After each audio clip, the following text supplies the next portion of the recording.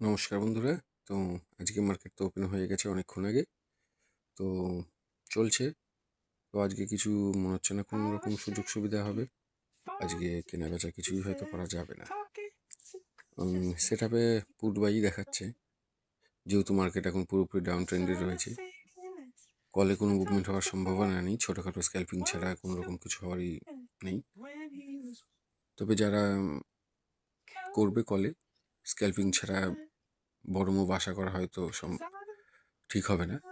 পুটে মার্কেট তো ট্রেন্ডিং রয়েছে, কিন্তু মোমেন্টামটা ক্যাচ করাটা একটু মুশকিল ব্যাপার, কারণ যেহেতু অনেকটা গ্যাপ ডাউন মেরে মার্কেট নিচের দিকে পড়ে গেছে। তো এখন টিকে থাকাটা একটু মুশকিল ব্যাপার হয়ে যাবে।